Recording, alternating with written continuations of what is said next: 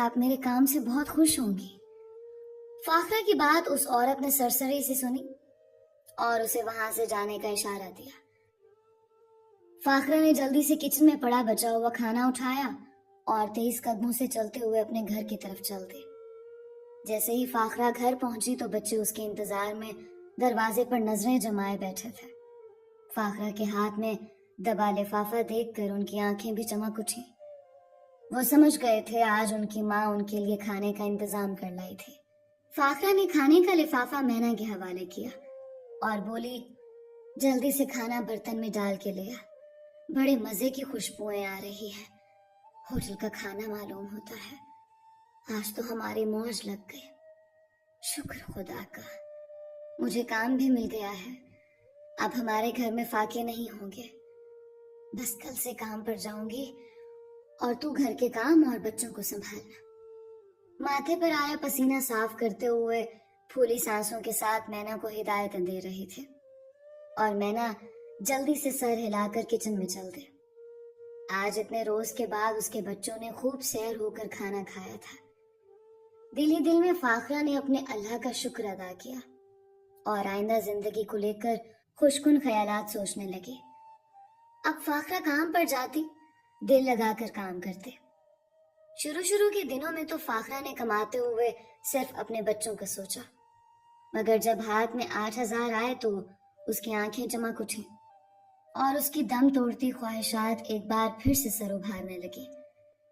کاش اس کے پاس اتنا آ جائے کہ وہ بچوں کا پیٹ پالنے کے ساتھ ساتھ اپنی خواہشات بھی پوری کرنے لگے، مگر 8,000 میں یہ ممکن نہیں تھا۔ اس میں تو گھر کا خرچ بھی مشکل سے چلتا تھا۔ فاخرہ نے اپنے دل کو تھپک کر بہلانا چاہا، مگر اس کی خواہشات شدت سے سر اٹھانے لگی۔ تو ایک روز کام سے واپس آتے ہوئے اچانک سے ایک خیال فاخرہ کے دل میں جاگا اور اس نے ایک گھر کا دروازہ بجایا اور کام کرنے کی بات کی تو حسب معمول وہاں بھی ملازمہ کی ضرورت تھی۔ انہوں نے فوراً سے فاخرہ کو اپنے گھر میں ملازمت دینے کی حامی بھر لی۔ تب فاخرہ نے وہیں کھڑے کھڑے ان سے طے کر لیا، صبح سے دوپہر تک اس کی بیٹی گھر کا کام کرے گی اور پھر دوپہر سے شام تک فاخرہ خود آئے گی۔ اس عورت کو بھی کوئی اعتراض نہیں تھا اور فاخرہ یہ نوکری ہاتھ سے جانے نہیں دینا چاہتی تھی۔ یہ عورت کام کے 10,000 دے رہی تھی۔ فاخرہ نے سوچ لیا تھا کہ وہ مینا کو اس گھر میں کام کے لیے آمادہ کرے گی۔ گھر کی صفائی ستھرائی اور ایک وقت کا کھانا مینا کر لے گی اور کپڑے دھونے اور باقی کا کام فاخرہ سنبھال لے گی، کیونکہ وہ دوپہر تک اپنے کام سے فارغ ہو جاتی تھی۔ اس طرح مینا دوپہر تک گھر کے کام سے فارغ ہو کر گھر جائے گی اور باقی کا وقت گھر کو سنبھالے گی، اور صبح سے دوپہر تک تو اس کے بچے ہمسائے کے پاس رہ سکتے تھے، جو فاخرہ کی پکی سہیلی تھی۔ اب اس کے ہاتھ میں 8 نہیں بلکہ 18,000 پیسے ہوں گے۔ ان 18,000 میں وہ آرام سے اپنی خواہشات پوری کر سکتی تھی۔ فاخرہ نے دل ہی دل میں اپنا سارا پروگرام طے کیا اور خوشی خوشی گھر کو چل دی۔ گھر پہنچ کر جب اس نے یہ خبر مینا کو سنائی تو مینا کے چہرے پر سایہ سا لہرا گیا۔ وہ چھوٹی عمر کی لڑکی تھی اور باحیا اور اپنے باپ کی طرح خوددار بھی تھی۔ اسے لوگوں کے گھروں میں کام کرنا بالکل بھی پسند نہیں تھا۔ وہ تو اپنی سوتیلی ماں کو بھی روکنا چاہتی تھی، مگر کچھ کہہ نہیں پائی تھی۔